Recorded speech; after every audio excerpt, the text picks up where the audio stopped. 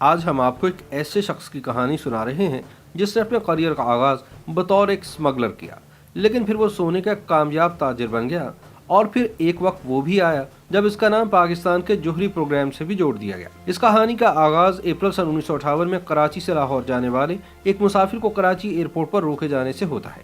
اس مسافر سے 3100 تولہ سونا برآمد ہوا۔ کراچی کسٹم حکام نے جب ایک پریس ہینڈ آؤٹ میں بتایا کہ انہوں نے مسافر سے 2000 تولے سونا ضبط کیا ہے، تو پولیس کی تحویل میں موجود اس مسافر نے ان کی تصحیح کی کہ سونا 2000 تولے نہیں بلکہ 3100 تولے تھا۔ یہ شخص جلد ہی جیل سے رہا ہو گیا اور صرف 5 ماہ بعد ہی قصور کے قریب واقع ایک سرحدی گاؤں میں نمودار ہوا، جہاں اسے امرتسر پولیس سے بچنے کے لیے سونے کی 45 اینٹیں بھاری وزن کے باعث چھوڑ کر فرار ہونا پڑا۔ پھر 6 سال بعد یہی شخص اس وقت دہلی پولیس کے ہاتھوں گرفتاری سے بچ نکلا جب وہ چاندنی چوک میں موتی بازار کے ایک تاجر کے ساتھ سونے کا ایک معاہدہ کر رہا تھا۔ وہ خود تو پولیس سے بچ نکلنے میں کامیاب ہو گیا، لیکن اس کا ایک ساتھی پکڑا گیا، جس سے پولیس نے سونے کی 44 اینٹیں بھی برآمد کر۔ لاہور سے جاری ہونے والے ایک اخبار نے سن 1977 میں اس شخص کو کچھ ایسے بیان کیا: وہ ایک گولڈ کنگ ہے، ایک غیر معمولی شخص ہے جو بھیس بدلنے کا ماہر اور لومڑی جیسا مکار ہے۔ اس شخص کا نام پاکستان اور انٹرپول کی فہرست میں شامل تھا اور یہ اکثر دہلی، دبئی اور لندن کا سفر کیا کرتا تھا۔ یہ شخص کوئی اور نہیں، سیٹھ محمد عابد تھا، جو 9 دسمبر سن 2020 کو 85 برس کی عمر میں کراچی میں وفات پا گیا۔ سیٹھ عابد کو پاکستان میں گولڈ کنگ کی حیثیت سے بھی جانا جاتا ہے اور ان کا شمار ان امیر ترین افراد میں بھی کیا جاتا ہے جن کی دولت کا انحصار سونے کی اسمگلنگ پر تھا۔ کہا جاتا ہے کہ اسمگلنگ کے کاروبار میں سونے کا بادشاہ بننے کے لیے سرحد کے آر پار اپنے نیٹ ورکس قائم کرنا بہت ضروری ہوتے ہیں، اور ریاستی اشرافیہ اور سرکاری افسران کے ساتھ تعلقات قائم کرنا اس سے بھی ضروری ہوتا ہے، ورنہ یہ کاروبار نہیں چل سکتا۔ اس کے علاوہ معاشرے میں اپنا مقام قائم کرنے کے لیے اخلاقی بنیادوں پر خیر سگالی کا ایک وسیع نظام بھی قائم کرنا پڑتا ہے۔ سیٹھ عابد کا عروج بھی پاکستان اور انڈیا کے سرحد پر ہونے والی سونے کی اسمگلنگ کا مرہون منت تھا۔ وہ قصور کے سرحدی علاقے میں پیدا ہوئے اور وہیں پر پلے بڑھے، جہاں ان کے شیخ تجارتی قبیلے کے لوگ ہندوستان کی تقسیم سے پہلے کلکتہ سے چمڑے کی تجارت کیا کرتے تھے۔ سیٹھ عابد سن 1950 میں اس وقت کراچی منتقل ہو گئے جب ان کے والد نے کراچی کے صرافہ بازار میں سونے اور چاندی کا کاروبار شروع کیا۔ کچھ ایسے ماہی گیر جو دبئی سے کراچی سونے کی اسمگلنگ کرتے تھے، ان سے ملاقات کے بعد سیٹھ عابد نے سونے کی اسمگلنگ کی دنیا میں قدم رکھا۔ 50 کی دہائی کے اختتام تک انہوں نے ایک ماہی گیر قاسم بھٹی کے ساتھ مل کر پاکستان میں سونے کی اسمگلنگ میں اپنی اجارہ داری قائم کی۔ سیٹھ عابد کا شمار ان کامیاب اسمگلروں میں ہوتا ہے جو پاکستانی تناظر میں سونے کی اسمگلنگ اور پھر اسمگلنگ کی معیشت میں انتہائی اہم تھے۔ ان کی طاقت کراچی کی بندرگاہ، پنجاب کی سرحد، حکومتی انتظامیہ اور سیاسی حلقوں میں تو موجود تھی ہی، لیکن وہ سرحد کی دوسری جانب اور اس سے بھی آگے بہت سے کام سر انجام دے سکتے تھے۔ لندن، دہلی اور دبئی میں عبوری رابطوں کے ساتھ سیٹھ عابد نے سن 1950 سے سن 1980 کے دوران انڈیا کی سونے کی اسمگلنگ پر قائم اجارہ داری کو ختم کر دیا تھا۔ سیٹھ عابد یہ تمام تر صلاحیت سن 1950 کی دہائی کے اواخر تک حاصل کر چکے تھے۔ ان کا اسمگلنگ کا network London, Delhi, Dubai اور کراچی میں اپنے قدم گاڑ چکا تھا اور پاکستان اور انڈیا کے مابین پنجاب کے سرحدی علاقوں تک بھی پھیل چکا تھا۔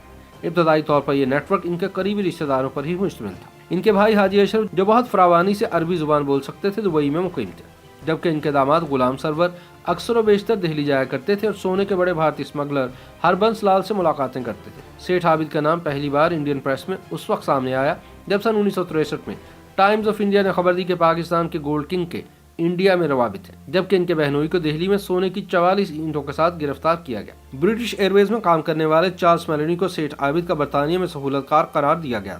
سیٹھ عابد ہر برس حج پر بھی جاتی اور اس کے ساتھ ہی عرب شیخ آپریٹرز کے ساتھ اپنے تعلقات کو بہتر بناتے۔ جب ان کا اسمگلنگ کا کاروبار مزید وسیع ہوا تو انہوں نے پنجاب کے سرحدی علاقے کے دیہاتوں میں رہنے والے کچھ ایجنٹس کو سونے کی اسمگلنگ کی فرنچائز دی، جن میں نمایاں طور پر گھرکی، ڈیال اور آوان کمیونٹی کے لوگ شامل تھے۔ سیٹھ عابد کے درجنوں حریف تھے، لیکن کسی کے پاس بھی ان جیسی صلاحیتیں، روابط اور سرمایہ نہیں تھا۔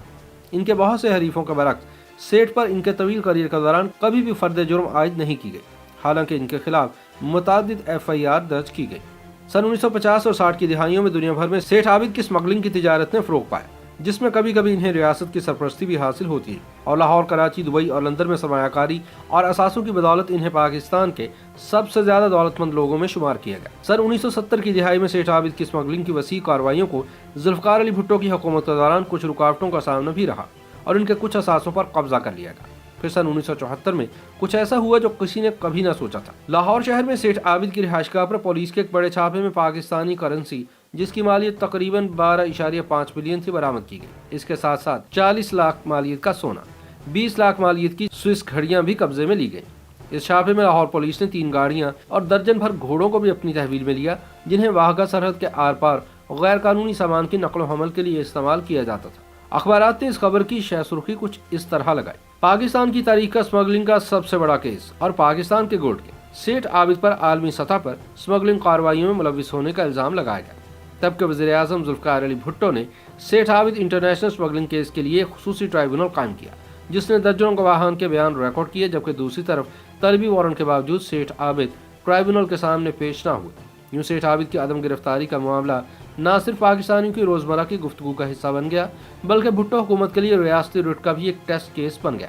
फिर पाकिस्तान के मतलूब तरीन शख्स की तलाश के लिए मुल्क की तारीख का सबसे बड़ा ऑपरेशन लॉन्च किया गया, जिसमें पाक फौज, पुलिस, रेंजर्स और नेवल गार्ड्स की छापामार टीमों को तश्कील दिया गया। कराची में सेठ आबिद की रिहाइशगाह पर भी छापा मारा गया, जहां से बड़ी तादाद में गैर मुल्की करेंसी और सोने की ईंटें बरामद की गई। सन 1970 के अवाइल में जब कराची कोस्टल गार्ड्स को इत्तला मिली कि सेठ आबिद नॉर्थ नाज़िमाबाद में अपनी गर्लफ्रेंड को मिलने आ रहे हैं, तो वहां भी छापा मारा गया, लेकिन पुलिस की आमद से पहले ही सेठ आबिद वहां से फरार हो गए। ताहम भुट्टो हुकूमत उल्टाए जाने के चंद माह बाद सितंबर सन 1977 में सेठ आबिद ने अपनी मर्जी से ज़ियाउल हक की फौजी हुकूमत के सामने रज़ाकाराना तौर पर हथियार डाल दिए और भुट्टो हुकूमत की जानिब से अपने जब्त करदा असासों की वापसी के लिए बातचीत शुरू की। इसी साल दिसंबर में सेठ ने लेफ्टिनेंट जनरल जहांजेब अरबाब को जिना पोस्ट ग्रेजुएट मेडिकल कॉलेज अस्पताल के तामीराती मंसूबे और अब्बासी शहीद अस्पताल के बर्न वार्ड के लिए 1,51,000 रुपए की बड़ी इमदाद दी। फिर चश्मे फलक ने यह नज़ारा भी देखा कि कल तक सोने का स्मगलर कहलाने वाला सेठ आबिद एक पुरअज़्म मुहब्बे वतन का दर्जा पा गया, जो रियासत और मुआशरे की भलाई के लिए फ़राख दिली से अतियात दे रहा था। सेठ आबिद की इस शोहरत में उस वक्त मजीद इजाफा हुआ जब इनका नाम मुल्क के जोहरी प्रोग्राम में भी सामने आया और ये मशहूर हो गया कि इन्होंने पाकिस्तान के न्यूक्लियर प्रोग्राम के लिए चंद इंतहाई मतलूब पुरसे अपने स्मगलिंग नेटवर्क और रॉकेट के जरिए पाकिस्तान मंगवा कर इस्टेब्लिशमेंट का दिल जीत लिया है। फिर एक वक्त आया जब सेठ आबिद बैनुल-अक़वामी स्मगलिंग केस पर सन 1985 में पाकिस्तान की पार्लियामेंट में बहस हुई, जिसके बाद चौधरी निसार अली खान की सरबराही में कौमी असम्बली की खुसूसी कमेटी ने इस केस की तफ्तीश की जिम्मेदारी उठाई। सन 1986 में Pakistan central board of revenue ने सेठ आबिद के जब्त शुदा 3,100 तोले सोने की वापसी की इजाज़त दे दी, जिसे सन 1958 में कस्टम हुक्काम ने कराची एयरपोर्ट पर सेठ आबिद से अपनी तहवील में लिया था। पाकिस्तानी तनाजुर में सेठ आबिद को बड़े पैमाने पर एक ऐसे शख्स के तौर पर जाना जाता है जिसने पाकिस्तान के जोहरी प्रोग्राम की तरक्की में मुआवनत करके एक स्मगलर से खुद को एक कौमी लेजेंड बनाया। बाद बहरे और गूंगे बच्चों की फलाह व बहबूद के लिए हमजा फाउंडेशन जैसे इंसान दोस्त इदारे कायम करने के अलावा सेठ आबिद ने फलाही इदारों को माली एआनत फराहम की, जिसमें लाहौर में इमरान खान का शौकत खानू कैंसर अस्पताल भी शामिल है। अगरचे सेठ आबिद ने सारी जिंदगी तशहीर से गुरेज किया, लेकिन फिर भी इन्हें बेपनाह शोहरत मिली। इनका नाम कौमी सतह पर उस वक्त फिर मशहूर हुआ जब इन्होंने एक टीवी शो में नीलामी के दौरान क्रिकेटर जावेद मियांदाद का शारजा इनिंग में इस्तेमाल होने वाला बल्ला अपने बेटे के लिए 5 लाख रुपए में खरीदा।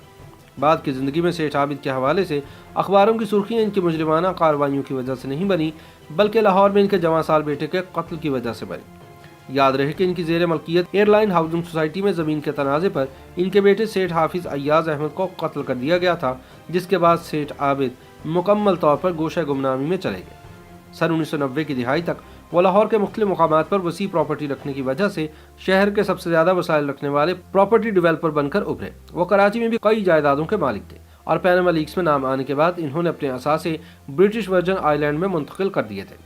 स्मगलिंग की दुनिया में इनके कारनामों के बारे में बहुत सारी कहानियां मौजूद हैं। मीडिया आज भी सेठ आबिद को एक रोमानवी किरदार बनाकर पेश करता है और इनका फरार और ग्लैमर से भरी जिंदगी पर बात की जाती है। जब अखबारात ने इन्हें बदनाम ज़माना पाकिस्तानी सोने के बादशाह स्मगलर की हैसियत से पेश किया, तो सेठ ने इसके खिलाफ एहतजाज किया और अपने आप को ऐसे लोगों में से एक शख्स के तौर पर पेश किया जिसने सोने को आम लोगों की रसाई तक पहुंचाया। सरहदी कामों के बारे में दुनिया के सामने अपने विजन को वाज़ेह करते हुए सेठ आबिद ने लाहौर के एक अखबार के एडिटर को बताया कि मुझे सोने का बदनाम स्मगलर क्यों कहा जाता है। मैं अपनी बहनों और बेटियों को शादियों के लिए सस्ता सोना फराहम कर रहा हूँ। मैं मुआशरे और रियासत के लिए उम्दा खिदमत अंजाम दे रहा हूँ। किसी भी तारीफ और पहचान की बजाय मैं बदनाम हो चुका हूँ। सेठ आबिद अब वफात पा चुके हैं, लेकिन उन्हें बतौर एक कामयाब स्मगलर, सोने का ताजर, स्टॉक मार्केट एक्सचेंजर, इंसान दोस्त और सबसे बढ़कर बतौर रियल एस्टेट का एक बहुत बड़ा नाम याद रखा जाएगा। YouTube पर गूगली न्यूज देखने के लिए youtube.com की सर्च बार में गूगली न्यूज टीवी टाइप करें। गूगली न्यूज के पेज पर सुर्ख रंग के सब्सक्रिप्शन वाले बटन पर क्लिक करना ना भूलिए। YouTube पेज पर अपलोड होने वाली वीडियोस से बाखबर रहने के लिए बेल आइकन पर क्लिक कीजिए। आपको हर नई वीडियो के बारे में नोटिफिकेशन मौसूल हो जाएगा।